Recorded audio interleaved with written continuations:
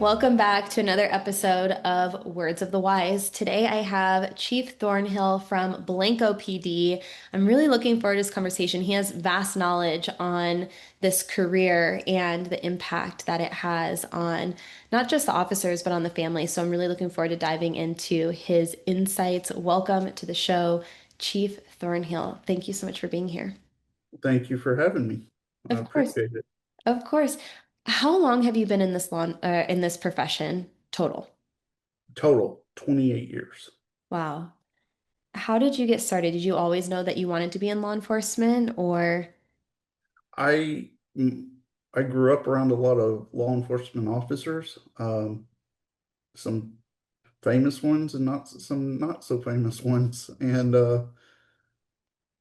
so I was always um, hearing their stories and hearing stories about them from family members. So um, it was really a driving factor for me in the long run. Yeah. You know what I always find to be really, really interesting is that we really don't know the influence or the impact that we're going to have on someone's life.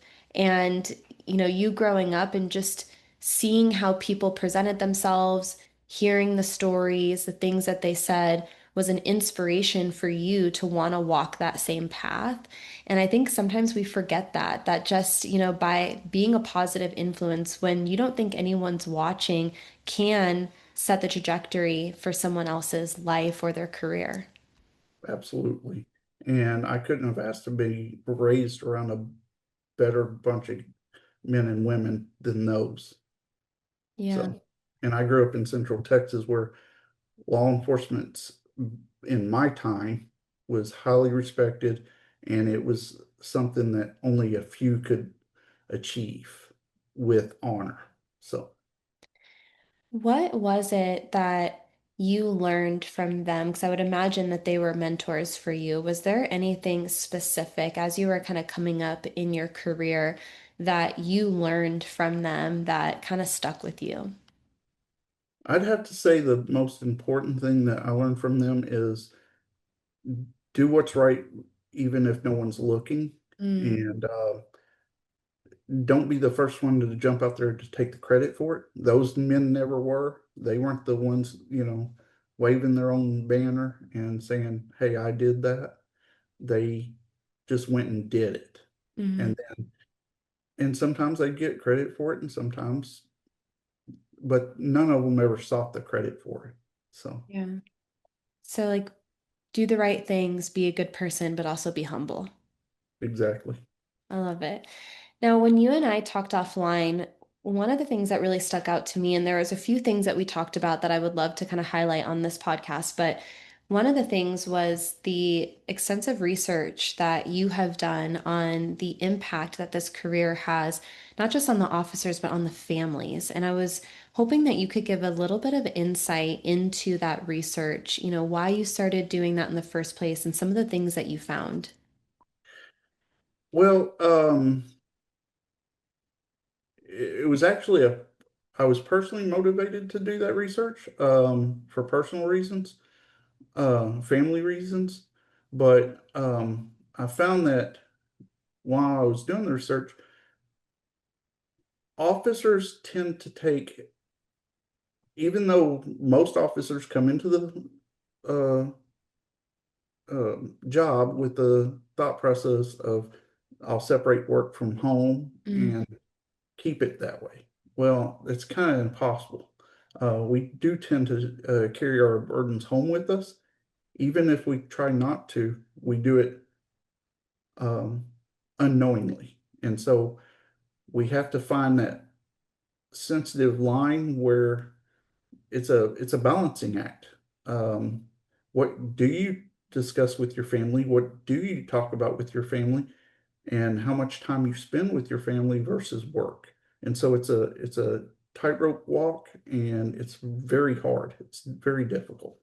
yeah. So I've actually posed this question before because you do hear that saying of like, don't bring work home and don't bring home to work. And I've always asked that question of, is that even possible? Obviously there are strategies and there are things that, someone could work on to make it better, to maybe communicate more effectively with their family and, have strategies to offload some of those things maybe before they go home or before they go to work. But I think that if we are recognizing that the men and women in law enforcement or, public safety profession are human, then you also have to recognize that there's no perfection. It's not this robotic thing of like, okay, on and off button. There are going to be things that seep into work or home life. What are some of the strategies that maybe you have found to be successful in setting yourself up for success? Maybe not perfection, but to have more of a successful career and life at home. Well, I will say that you're absolutely right. Pe Especially citizens or the general public do think that they do view us in more of a robotic form. Mm, And so, and it's not that way, you know. So I think the key point is developing those communication skills between you and your family and you and your coworkers. And I'm a firm believer that your coworkers should be extremely familiar with your family. They should know them personally. They should know them professionally. Um, that way, your family is comfortable with them, and they're comfortable with your family. And so, I think the key here is still the communication. You have to build that communication between you and your spouse and you and your children. Um, that way you know what lines you can cross and what lines yeah. not to cross. So Do you think that there's any training or education that could be provided to the families as well? I am a firm believer that law enforcement should extend family counseling to officers and their families uh, to develop that communication skill and to we don't always view our spouse's opinions in the same manner that we view our own. They're vastly different sometimes. I am blessed to have a wife who understands my career. We've been married 20, going on 25 years. Wow. And so my wife understands my career, uh, whereas my children don't quite understand it as well as they should, and or as well as I felt they should, I guess I should say. Um, but they also don't have the same mentality that my wife has. Mm, They're the younger generation. Me and my wife well, we're older parents. I do have there is a vast age difference between my oldest child and my youngest child, um, about 12 years to be exact. So those two didn't even have a great form of communication because they're age difference. So right. I think it's vital that departments establish programs that involve family members. That way they can learn to communicate on the same wavelength. Yeah, I agree. And it's really interesting. I was on like Instagram the other day and I was watching this video about this case study that they did. And it was a really long study. It was, I think, over the last 80 years that they were trying to study what the indicators for having a happier and longer life are. And they were trying to see, what makes people happier and live longer. Is it diet, exercise? Like, what are these different indicators in someone's life? And they narrowed it down to one key indicator. And again, this was a really long term, 80-year study that they did, doctors, really smart people. You know what they found is that Mm. key indicator was relationships, having healthier relationships was the one key indicator for having a longer, happier life. And it wasn't just your immediate family, it was also the direct circle outside. So it was also friendships, having like the nurturing, loving, supportive, close friendships as well. And I thought that was really interesting because I think that so often those are the first things that go. At least like in my experience, when I was so pinpoint focused on my career, all of my friends took the back seat. My relationships took the back seat. I was very selfishly motivated on my own career advancement and my own trajectory that I neglected all of the relationships that I had in my life. And a lot of those relationships suffered, and a lot of them didn't recover. And I thought that that was a really, really interesting study to show that, yes, it is important to strive to be the best that you can. And yes, we want to have value and purpose in our career, and we want to feel like we're achieving things throughout our life, personally and professionally. But it's also very, very important for longevity to have healthy relationships. And I agree. And one of the things I can take away from that is, and I honestly believe the younger generation of law enforcement have a good grasp of this Mm. because I notice they tend to have the younger generation tends to have a lot broader relationships outside law enforcement, Yeah. whereas the veteran law enforcement officers tend to be inner circle. They only communicate with their friendships exist within the law enforcement realm. And there's a vast difference right there just in support, because sometimes your best support comes from outside law enforcement, to be honest with you, like your family, your friendships that do not relate to law enforcement. So I think the younger generations kind of got a better grip on that aspect of it. However, they need to focus on their emotional support, law enforcement support, their spiritual support, and their wellness. Mhm. It's if they don't balance all those along with other wellnesses like financial wellness, um, then they're going to lose their footing somewhere along the way. Yeah. And so I believe that relationships that we should have strong relationships outside of our profession, um, and try to maintain those relationships. I know it's difficult because, well, time constraints, but I still have the same childhood friends that I grew up with. They're still my best friends, and I still communicate with them.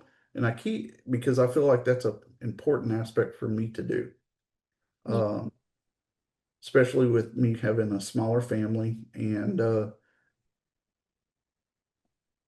I believe they keep me grounded, Yeah. and especially emotionally grounded. So, Well, and I think that that is like, that's the word, right? Is like someone to keep you grounded. And I also think like people to keep you in check and to remind you of like who you are outside of your career. And I am so guilty of this. Obviously, I have a different career path than you, and a lot of people who are listening, but I intentionally either isolated myself or only surrounded myself with people who were going to agree with me for a long time because I didn't want those people to like call me out and be like, hey, like you've changed, or like, hey, like I don't think that that's not who you really are, or and I think a lot of people do that for a reason, like they don't want those outside perspectives. Because you even said earlier, you're like, yeah, like sometimes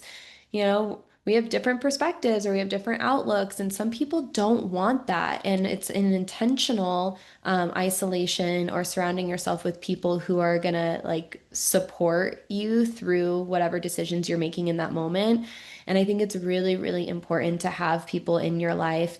And I always say this, but I think this is the caveat. And this is actually, and I think as the older I get, this is even more important to me, the people who want you to win, the people who are in your corner that truly care about you, that are going to like kind of keep you in check. They're going to offer a different perspective. They're going to remind you who you are outside of, the changes that are happening within your career. And I will say this to anyone, like, do not surround yourself with people that do not want you to win, no matter Exactly. what. But yeah, I think that, we tend to do that. And I agree with you. I think it's so important to have people who are going to keep you grounded and like remind you of who you are. And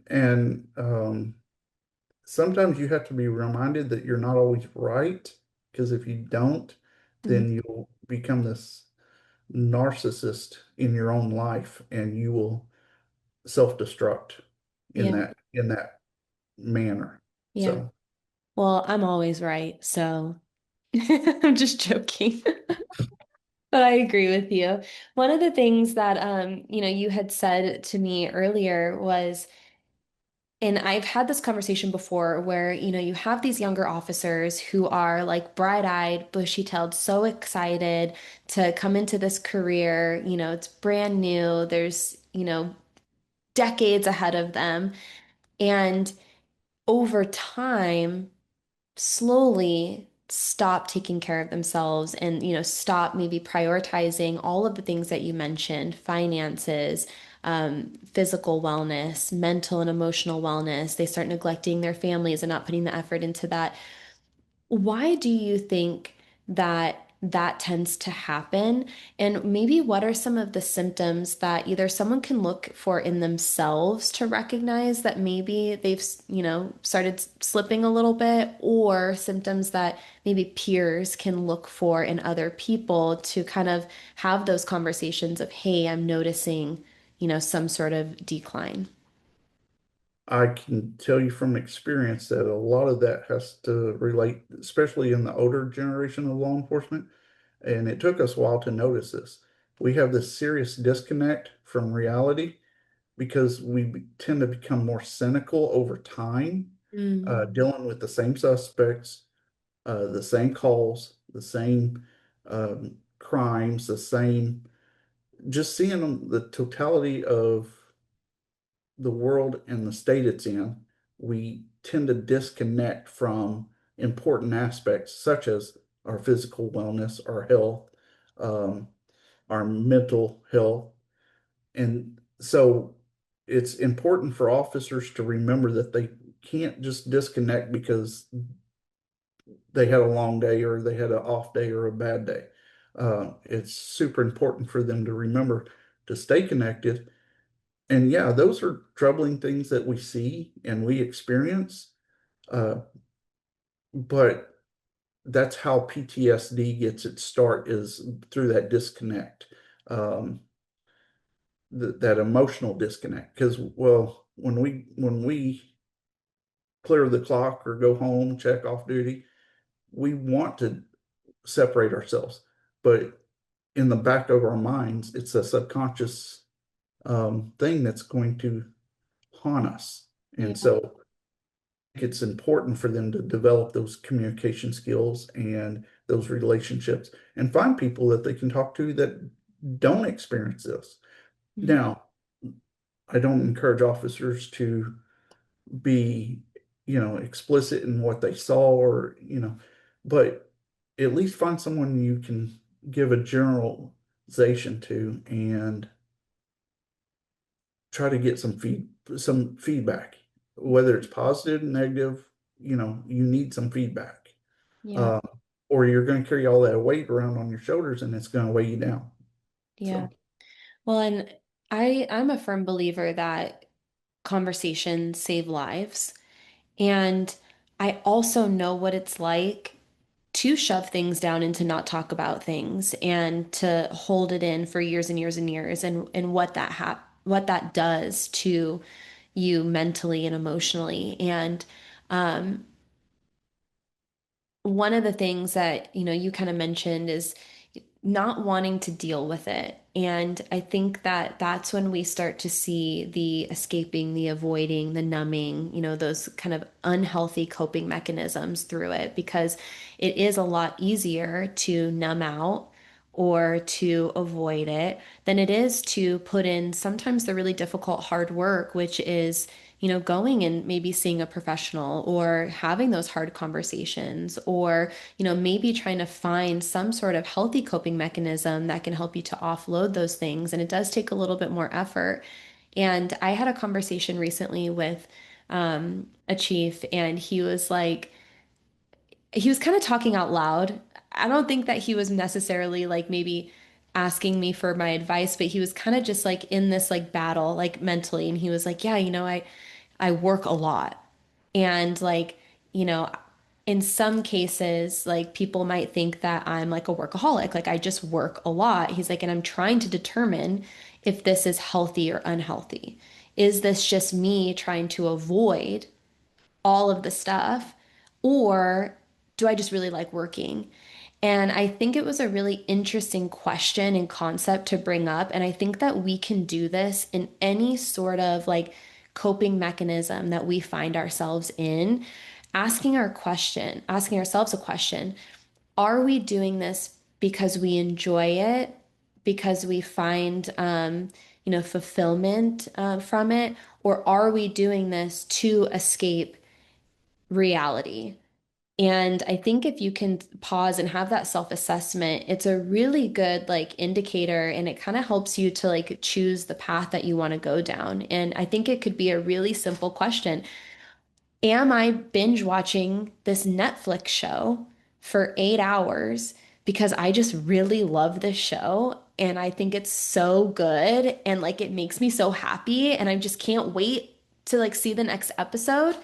Or am I binge watching this 8 hours of Netflix because I do not want to deal with my family? I don't want to go out into like society. I don't want to talk to people. Like I'm just really unhappy. And so I'm doing this as a way to escape reality because I'm unhappy. And I think when you start to have those realizations, then you can start to make healthier decisions if the answer is yes, I'm just numbing out because I'm unhappy. That's a great comparison right there. The whole Netflix thing. Um, because there are times where, we're uh, people in general are overwhelmed by everyday life. And so they got to find some escape, but it's not always necessarily a good escape. It might be an escape, but it's not always healthy Right. and not always good for your spirit and your mind to follow that path. Like you, I love being outdoors. I love going camping, fishing, hunting. So those are outlets for me.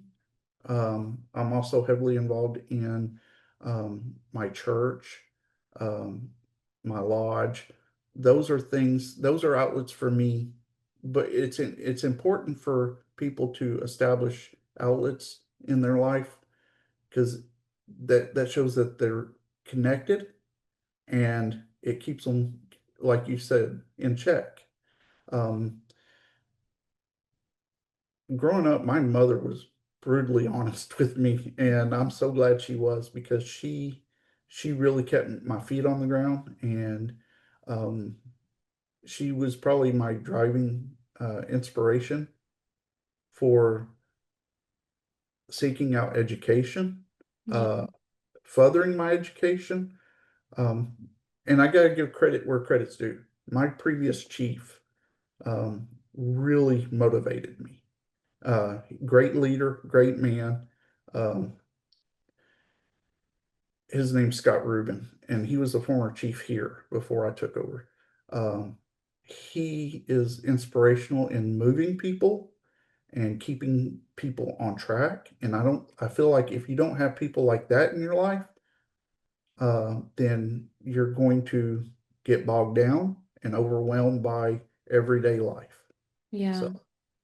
Well, and as I gotten older, I've like really tried to make it a point to seek out those people. I think it's harder, like as you get older, if you don't have someone who is already there in your life, who's a positive influence or a mentor, sometimes we're like, well, we don't have anyone. We kind of get stuck in this like, well, we don't have those influences. And I've tried to make it a point in my life to like seek out those people. Who are those people that like I aspire to be? And how can you reach out to them and ask them for advice, ask them for mentorship? And if they don't have the capacity, I'm sure that they have someone else who they can recommend who is equally as beneficial for you to learn from. And sometimes it just takes that little extra effort. But I agree with you. Like, I have had some positive mentors in my life too, and I don't know where I would be without them. And so, anyone who's listening who maybe feels like they don't have that, there are so many resources out there. And every single person that's been on this podcast is someone who I know is willing to like be that and to offer advice. And so sometimes it takes that little extra step to try to find those people who can help develop you. I know that you went to leadership school too, and I um, did. I'm really curious, what lessons have you learned either through your education or just through your hands-on experience of being in leadership that you could pass on to other people? That's a quite complicated and complex question. I I was always of a firm belief that I had my own mindset for a Mm, long time until I watched a video by Carol Dweck, Dr. Carol Dweck, on mindsets, growth mindsets. And she was even though I never met her personally, watching her videos gives you a great path which to follow. And they emphasize this in leadership school. Um, to have that growth mindset developed, pre-developed before you get there. So for the younger crowd, the younger group, I don't care what profession you're in, you need to develop that growth mindset early. mm, That way you can continue to grow through your professional career and your personal life. You are your steward.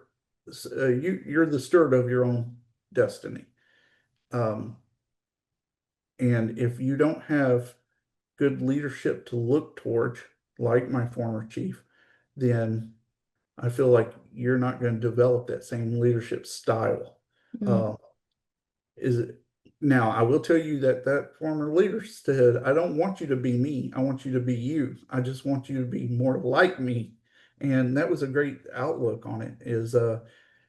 And those are essential principles that leadership school teaches you is to develop your ability to lead others while maintaining your own personal touch. Uh, Mm, the problem is it's not a cookie cutter life. And a lot of people think of it that way. Oh, well, they'll just stamp them out all the same. No, I've had good leaders and I've had bad leaders. Um, and of course, I'm going to learn from both. The good leaders, I'm going to take their good traits. The bad leaders, I tell myself and remind myself every day, don't become that guy. yeah. Uh, and so I think leadership school helps develop a good character base for you to build on, Mm. but they're not going to do it for you. You have to slowly do it over time yourself. I'm a huge believer in growth mindset. And I think it's really interesting. And this goes back to having like introspection, right? And having that self-assessment, because I highly doubt that there's anyone who would listen to this podcast who would say, I love interacting with people who are closed-minded and stuck in their ways. Exactly. Nobody wants to talk to that person, right? Like it's frustrating. Like everyone wants to feel like they're heard, they're valued, that their opinion matters, that their perspective matters. And then I think some people end up being that person. but they don't like interacting with that type of person. And so I think if you have like you have to take a step back and say, did I turn out to be that person? Am I that person who's closed-minded and not open to other perspectives or other ways of doing things? Is there a better way of doing things? Can we consider these things? And so I think it's really interesting because we don't like to deal with people that way, but sometimes we end up being that way. And I really appreciated that you said be you. And that was something that my mentor taught me really, really early on. And it was really interesting because when I was early in my career, I tried to be exactly like my mentor. I was like, I'm going to say the same things, I'm going to do the same things. Like, he is amazing. And so I want to be him. And actually, it wasn't my mentor that said this to me. It was someone else who I also respected. And they noticed this, me just trying to be like so hard to be this person. And they came up to me, and my mentor's name was John. And they said, listen, Paige, no one's going to be a better John than John. And if someone Yeah, wants to learn from John, they're going to go to John. They're not going to come to you to try to learn what you learned from John. They're going to try to learn straight from John, right? And it exactly. was this moment where I realized it. It was like, wow, like I can try to learn as much as I possibly can. Like you said, take the good things, learn from the bad things. But at some point, you have to be you.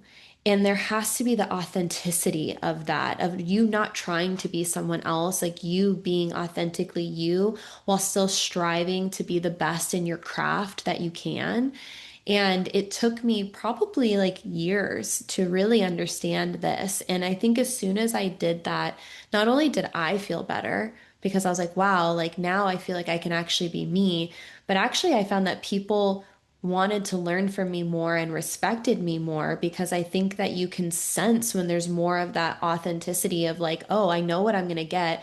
And people gravitate to like gravitates to like, right? So people are going to gravitate towards you because you're you, and you're not trying to be someone else. So I really appreciate you saying that because that's something I had to learn too. And it's liberating to like say, hey, you know what? Like this is me. I'm going to try to be the best that I can, but I'm not going to try to be somebody else. Exactly. And even the apostles didn't try to emulate the Messiah. They um, formed their own ways of teaching his same lessons, um, or preaching his words. Mhm. Uh, I think it's inherently better for a person to find those who inspire them and model themselves after them, but only to the level of I'm going to use this person's, I want this person's intellect, I want this person's knowledge, I want this person's um, personal touch. They kind of need to have a vast library of traits to pull to create their own personal um, touch in life. And if they don't do that, and you can tell those people from the how do you say uh, less original, Hmm. those copycats, you can tell. And in general, people don't like to be around people like that. So Yeah.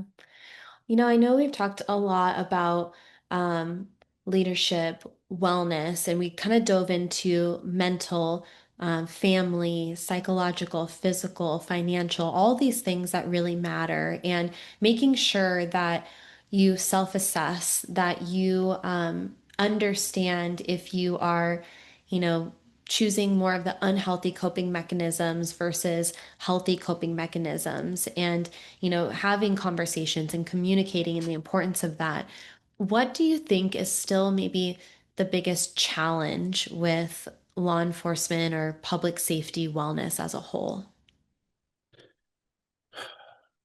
wow. There's so in today's society, especially the political side of it, there's so much confusion and discontent Mm, amongst the general public. Um, let's be honest, most media platforms are not trusted nowadays. The public feels like they're letting them down, mm, or they're pushing a personal agenda or something. Um, and so I think there's been this big disconnect between who's truthful and honest, and um, even our educational systems it comes into question there. Um, are teachers teaching what they should be teaching, or are they teaching political agendas? mhm, That's a concern for people. And so I think not just law enforcement and first responders, but everybody in the general and public has started distrusting people more and more frequently. And I think we need to get back to that trust. We need to address those trust issues. We need to fix the trust in our society. Um, I think we need to fix our spiritual dependence on others.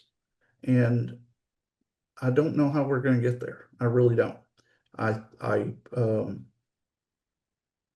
tell my officers my door's always open. You can always come talk to me about any of these topics. I'm no expert in any of them, but I'll talk to you about them, or I will try to find someone who can help you mhm. address those. I'm not a spiritual leader, but I know plenty of people who are spiritual leaders. And so they're good people and they can help you work past those problems or those, pardon the pun, demons that are haunting your life. That way you can get to that place where you want to be. I think just in general, society is disconnected Yeah. and we need to find a way back to that. And, we know, and I've had this conversation before too, public perception and the way that the community interacts with the officers does impact wellness, and if you are out in your community or out in the public and people are really positive and saying thank you and, they're trusting and they're cooperative, then that's going to make your life and your career a whole lot easier. And it's going to help to elevate your wellness because you feel like you're helping and, people respect you and they like you. And, um, the opposite is also true, and so, um, I agree with you. I don't have the answers to any of that, but I do think that the more we can spread awareness about resources that can help offload some of those things, because some of those things are going to be inevitable, right? Like, there's never going to be a life where every single interaction, every single day is absolutely perfect. But how can we, when I would say proactively and reactively, when things are more challenging or stressful or negative, how can we have those conversations and those resources that are going to help to offload and make those things a little bit easier rather than them compounding over time and then ending in something more serious like a mental health crisis, a divorce, or, any of the other things that we start to see long term. And with with everything you just said, that all leads back to developing those key communication skills with your peers, with your subordinates, or your supervisors, your family, and your community in general. If without, because those resources are going to come from all those sources. And so if you don't have that um, key communication skill set up early in your life, then you're just setting yourself up for failure. Yeah. So I have one final question for you, and you've already shared so much amazing advice, but I have to ask the question. I ask it every time. What words of wisdom would you share with someone who's earlier in their career? Maybe something that you wish you would have known or something that's helped you along the way. I would say stay true to yourself, Stay true to your commitments and your religious faiths or religious beliefs, and develop those communication skills, because the communication skills that you develop early in your life will help assist you along the way. And I think it will make you a better person, a happier person, and a more career driven person. So Thank you. Chief you're Thornhill, welcome. thank you so much for your time. I really appreciate it. Thank you for coming on here and sharing your insights. Not a problem. Thank you. Thank you.